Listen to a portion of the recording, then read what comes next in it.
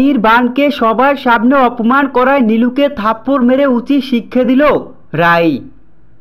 বিস্তারিত সম্পূর্ণ জানতে হলে ভিডিওটি না টেনে দেখতে থাকুন শেষ পর্যন্ত।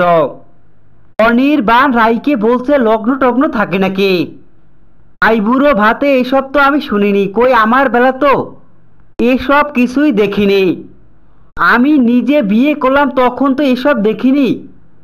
তখনই দেখা যায় নীলু বাড়ির গেস্টের সামনে বলে ওঠে, অনির্বাণদা দুবার আইবুড়ো ভাত খেয়েছ, মানে আইবুড়ো ভাতের একটা নিয়ম সময় থাকে, সেটাও জানা নেই তোমার। তখনই দেখা যায় নীলুর কথা শুনে গেস্টরা তাকিয়ে থাকে।